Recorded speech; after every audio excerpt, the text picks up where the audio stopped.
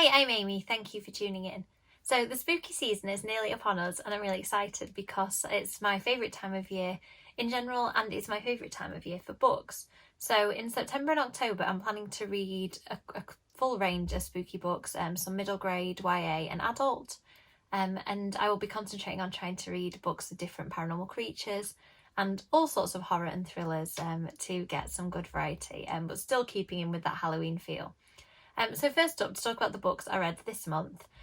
It's been a bit of a strange reading month for me because I've had a couple of events. I really enjoyed doing YALC and Camp YA, and I've also been on a really tight deadline with a book that I'm currently writing. I've not had a lot of time for reading.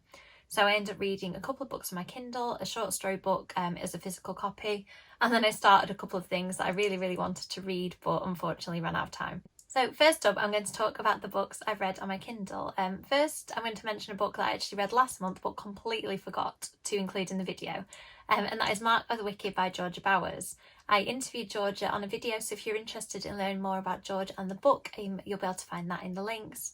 And I really enjoyed Mark of the Wicked, so I wanted to make sure that I spoke about it in a video. So Mark of the Wicked is about Matilda, who is a witch who decides that she isn't going to use her powers for good, but she's going to use them to help herself. But when people start being murdered in the town, Matilda ends up as a suspect.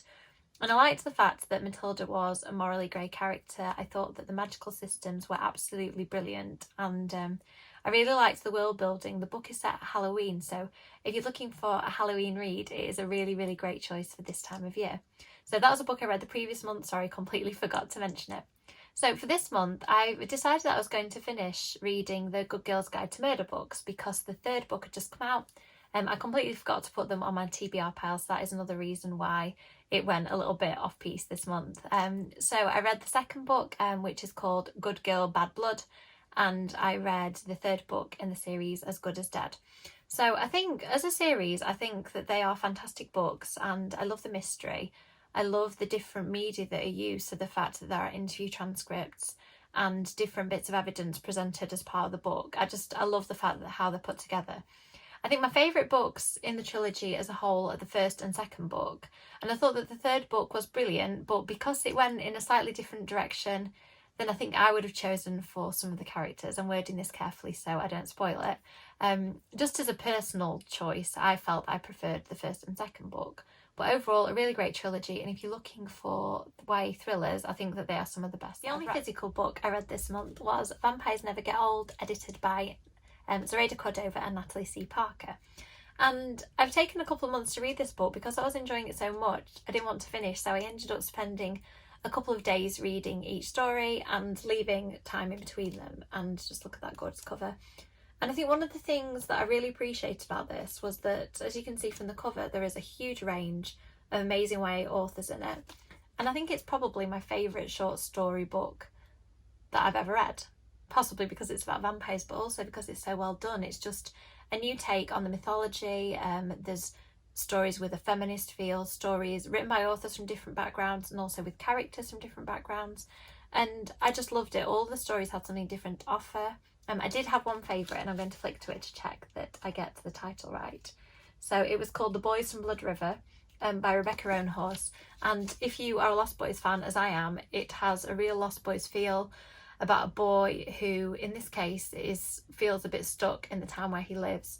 And these boys come to the town and they sort of have that Lost Boys vampire gang feel. And I just really liked the writing style. I liked the sort of nod to Lost Boys that I felt there was in it. So overall, an absolutely brilliant book, and I would highly recommend it to vampire fans, and it's perfect for this time of year. So then there are a couple of books that I didn't finish reading, not because they're not great, but because I just ran out of time. So I'm reading Into the Vampire with the Anne Rice Book Club at the moment. It's been an absolute pleasure to join the club this month. And Into the Vampire is one of those books that I've read over and over again over the years. I bought this nice new edition just for the sake of this book club. I think I've probably got 4 or 5 copies of it, and I think possibly it's part of its nostalgia because it was one of my first encounters with vampires, and I remember reading it for the first time on holiday when I was way too young. Had no idea probably a lot of the stuff that was going on in it. But I still, reading it now, I love how Anne Rice evokes New Orleans, and I think that the characters are very multifaceted, interesting. I think Louis is a compelling, flawed narrator, and Lestat is just one of my favourite vampires of all time. So I'm hoping to finish this next month. It is great for the spooky season, actually, and I'm going to carry on reading with the Anne Rice Book Club. So if you're interested, look out on Instagram for posts that they do, and I will also link to and give some information about how you can join that if you're interested. So Into the Vampire, definitely a recommendation for this time of year. Now, The Undying Tower has been on my TBR pile a couple of times. I'm so looking forward to reading it, and I've just not had time. It's a debut novel by Melissa Walliver, and it's about people who in a dystopian world are sentenced to death if they are undying, which means that they are not going to die. And the main character is catapulted into the action very quickly. I really like the writing style so far, and I think that it evokes the feeling of this quite unique dystopian world really, really well. And it also uses a device where the character reflects on things that happened before and after the changes to her life. And I think that that device of the sort of flashback, I suppose it is, works really well. So I think I'm about halfway through this, and I'm really looking forward to seeing how it finishes next month. So on to my TBR pile for next month. I've carried some books over, and some I've just moved onto the spookier side of things for the spooky season. So Truly Devious was on my pile by Maureen Johnson. It was on my pile for last month. I'm hoping to get to it this month. It's one of those books that whenever I see a thread of recommendations of YA mysteries, this one is on there.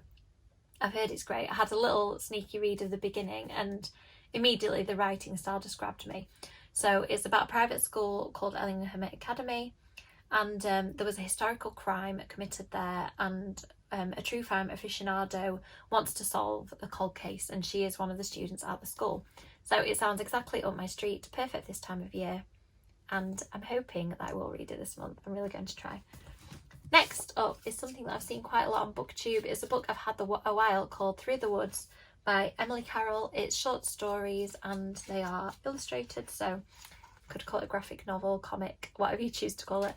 I really like the artwork. That was the reason I picked it up in the shop. I don't know a lot else about the stories, so I'm looking forward to seeing what this is like, but I've heard really good things about it. Next up is a book I pre-ordered from Book Depository. I believe it may be available in the UK too, but I just I saw this on US BookTube, so I decided I'd pick up a copy, and it's called The Dead and the Dark by Courtney Gold. And as soon as I read the blurb, I knew I had to have this book, so I will do the same for you. The dark has been waiting, and it won't stay hidden any longer. Something is wrong in Snakebite, Oregon. Teenagers are disappearing, some turning up dead, the weather isn't normal, and all fingers point to TV's most popular ghost hunters who've just come to town. Logan Ortiz Woodley, daughter of TV's Paraspectors, has never been to Snakebite before, but the moment she and her dads arrive, she starts to get the feeling that there's more than ghosts plaguing this small town. Ashley Barton's boyfriend was the first teen to go missing, and she's felt his ghost following her ever since. Although everyone shuns the Ortiz Woodleys, the mysterious Logan may be the only person who can help Ashley get some answers. When Ashley and Logan team up to find out who or what is haunting Snakebite, their investigation reveals truths about the town, their families, and themselves that neither of them is ready for. As the danger intensifies, they realise their growing feelings for each other could be a light in the darkness. So we have got romance, we've got that possibility of the paranormal. Is it paranormal? Is it something real afoot?